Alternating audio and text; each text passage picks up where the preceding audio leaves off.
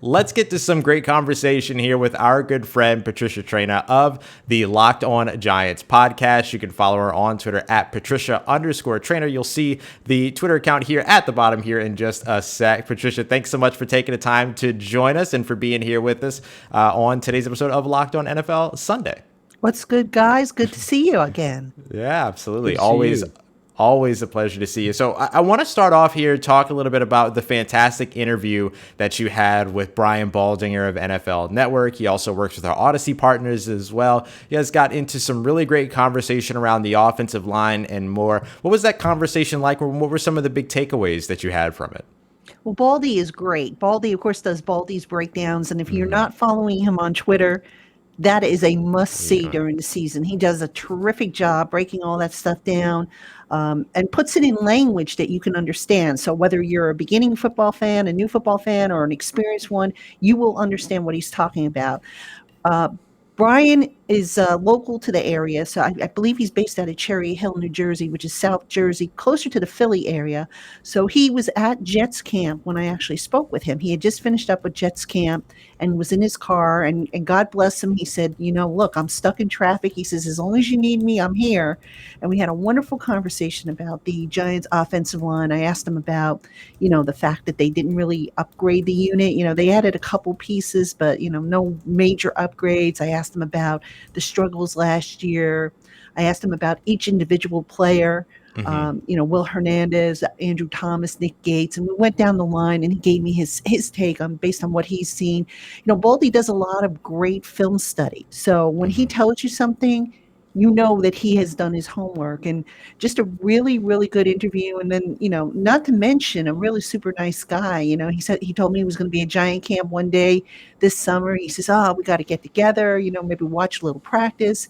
He talked about, hey, if you ever need me, here's my phone number, so he could not have been nicer, and really, really, for me, a nice surprise, because when I had requested somebody from the NFL Network, I thought I was going to get, Sean O'Hara, which I would have been happy with because I know Sean, having covered him. But when they said Brian Baldinger, I'm like, okay, cool. That's somebody I've never spoken with. So great conversation with him.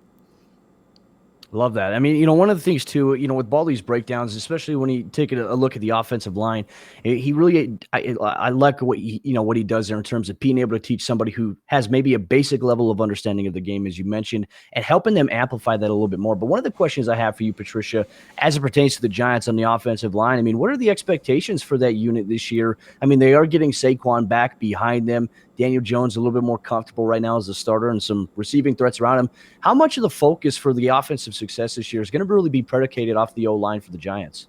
Oh, big time. Big time. Because like I said, that's the unit that they added Zach Fulton, basically swapping out Kevin Zeitler for Zach Fulton, which to me is not an upgrade. It's kind of a downgrade given how Fulton struggled last year with the Texans. But that line, they are counting on the fact that line mostly has a year of experience under their belts playing together. They are counting on the fact that they have brought in new coaching resources. They have Rob Sale, who they hired as their offensive line coach. They brought in Pat Flaherty, who was Tom Coughlin's offensive line coach, and put together that awesome offensive line.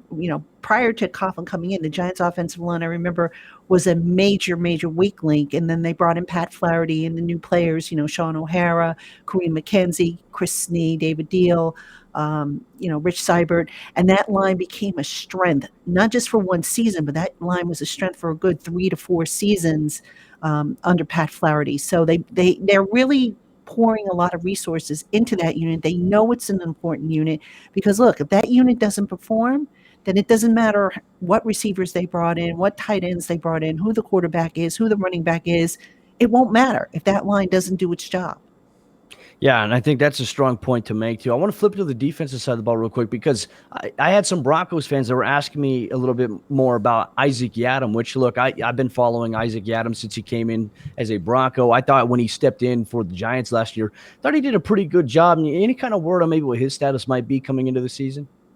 Yeah, Isaac Yiadom was pressed into the starting role. They traded for him, as you know. I think it was a 7th-round pick at the end of training camp last year.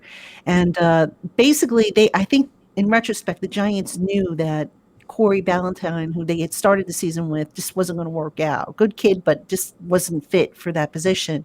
So they wanted Isaac Yiadom to hopefully work out. The problem with him, I think, is twofold. Number one, he did not have the off season. He did not have a training camp. So he had to kind of learn as he went along, which is tough, I mean, everybody says, at the end of the day, football is mano a mano, but you also have to learn the schemes. You have to learn, the concepts and how you fit in and how to cover for guys that if there's a breakdown and stuff. And Isaac didn't have that. That said, Isaac had his strengths. He was pretty decent in man coverage, which the Giants didn't play a whole lot of last year because they just didn't have the personnel to do. He had his struggles in zone coverage. So they basically were looking to add speed. They were looking to upgrade that defensive backfield. Now, what's interesting is Isaac Yiadom did accept a pay cut. I think he was on the final year of his rookie deal, and he took a pay cut. I forget how much it was, but it was significant to stay with the Giants. And they still think he can have a role on this team. It's just not going to be as a starter. Yeah.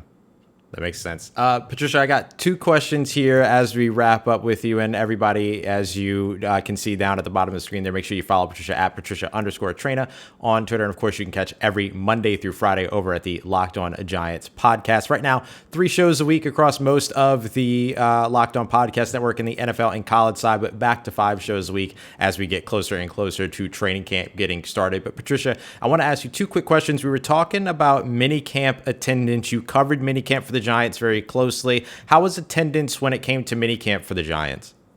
It wasn't bad. It was actually a little better than I thought it would be. It was, I would say, out of the 90-man roster that they had maybe 70 guys there. They were missing the defensive backfield because the defensive backs were out training in Florida with Logan Ryan. They missed guys here and there. Some guys came in and then they went away and then they came back. And so, but I would say on the whole, it wasn't bad, the minicamp, the OTA coverage, the minicamp coverage itself, the mandatory minicamp, everybody was there, including the injured guys. So let me just clarify that right there. Sure. But it wasn't bad. And I like the structure Joe Judge, the head coach, put in place for that, because, a lot of times people are like, oh, who looked good, who looked didn't. And it really wasn't about competing. It wasn't so much about jogging for for depth spots on the depth chart. It was more about getting the fundamentals and just, getting back into football shape, because remember, they didn't have this last year. So the coaches now have a basic understanding, I think, of who can do what from a fundamental perspective. And now the next step is to apply that to specific roles in the offense and defense. Gotcha.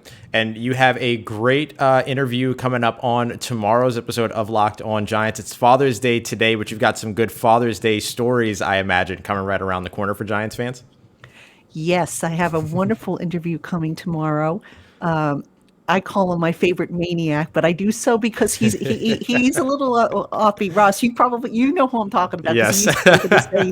But no, it's a term of endearment, and he knows. I've called it to his face. But Steve Weatherford, the former punter of the New York Giants, is coming back to New Jersey later this month. He now has several side businesses that he's doing. One of which is called CEO of Your Life. So he's coming back to New Jersey, and he's having a 2-day seminar at the unofficial Giants team hotel where they used to stay. I think they still stay there, actually, before a home game. And so he talked a little bit about that, but more importantly, we talked about the 10th anniversary of the Giants Super Bowl 46 team, which is going to be celebrated this year. So he gave some scoops as to what is coming down the pipe, some stuff that Giant fans will probably want to hear, just events and stuff that they're talking about. And he also spoke about his new son. We talk about Father's Day.